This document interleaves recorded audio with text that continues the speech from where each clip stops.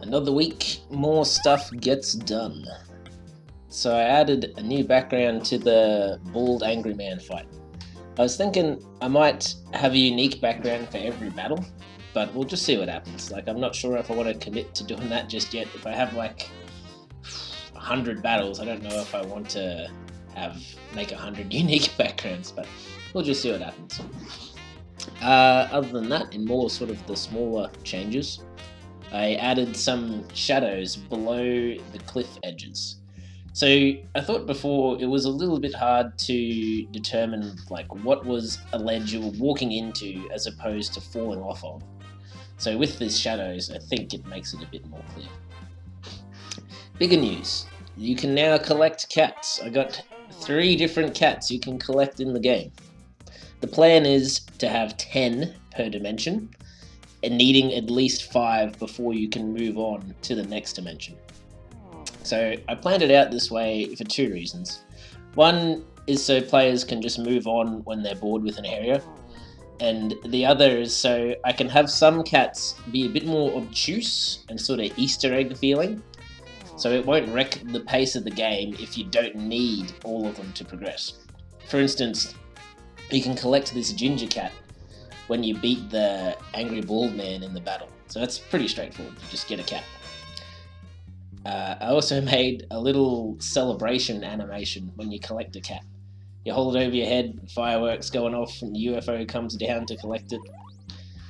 Also, the music guy made a little Banjo-Kazooie-like jingle to go along with it. Oh, if you haven't checked out his channel yet, go do that. There's a link in the description. So, as for more obtuse cats, for instance, this stuck-up cat you get by bringing the big head you defeated earlier and giving it to the headless man. There's not really any prompts to get you to do this. It's just if you happen to think of it, there's a head lying around and a headless man, and you go give it to him, well, you get rewarded for that. I kind of like having some cats, like some of the collectibles, feel like you've figured something out for yourself, so you get rewarded. I really like that idea. Also, you can now go into your UFO. So this is where you'll head to other dimensions after I've developed any more, of course. There's just the one for now. And you can see all the cats you collected inside. They just appear in random spots in the UFO when you go visit. The idea being that later in the game, you'll have to wade through dozens of cats to get to the control panel at the front. As for some new ideas for this game, I was thinking about some of the problems with RPG games where you have a turn-based battle system. I think one of the problems is that when it's this way and you have to fight everything like in turn-based encounters, it sort of cuts down a lot on the potential for different things you can do. For example, I was thinking it'd be cool if you could get chased by like a swarm of like 60 like things I've created. I'll show you a bit later, these crab frog monsters. But it would be pretty hard to do that in turn-based battle systems. Like, you get caught in what, you like fight 60 of them? Like, it just sort of doesn't really work. My conclusion was this. There is no real reason why every single fight has to be a turn-based battle. I'm gonna have some old school Zelda-like combat in there as well, like in the overworld. A possible downside of this might be that it gets a bit unclear as to what's going to hurt you in the overworld and what's going to take you to like a battle screen where you're doing the turn-based combat system.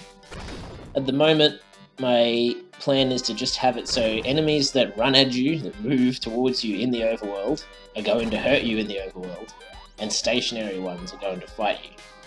So I hope this ends up being intuitive, but we'll just have to see what happens. But that's my idea for the meantime. So here is the prototype for Frog Crab Man. He can't hurt you yet, and you can't hurt him yet, but he does wander around a little, and if you get close enough, he chases you.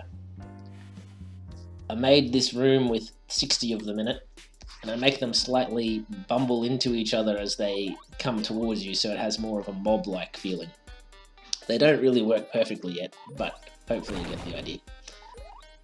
To go with the new overworld fighting system, I needed a better attack than the melee one I'd made originally. So I made this scattershot purple bubble attack, and I like the little explosions and sounds it makes if you hit something with it. Just like lifting, you'll have to unlock, so lifting and rolling, you'll have to unlock the ability to use this attack. So the idea is that these frog crab monster things will be in this cave. I plan to make the cave a bit more like a maze, and you can only get in here once you unlock the roll to crack through the wall. So that sort of lets me control how the player progresses through at least the start of the game. The plan is that you'll eventually find an NPC that teaches you how to do the scatter attack. And I like this idea because it means at the start you'll be running away from these frog crab men monster thingies, trying to escape them and like dodge around them. And then when you learn it, you'll come back and you'll be killing them. So it'll feel like sort of like a sweet revenge, like going from prey to predator. Anyway, that's it for this week. Remember to like and subscribe and all that stuff. Bye!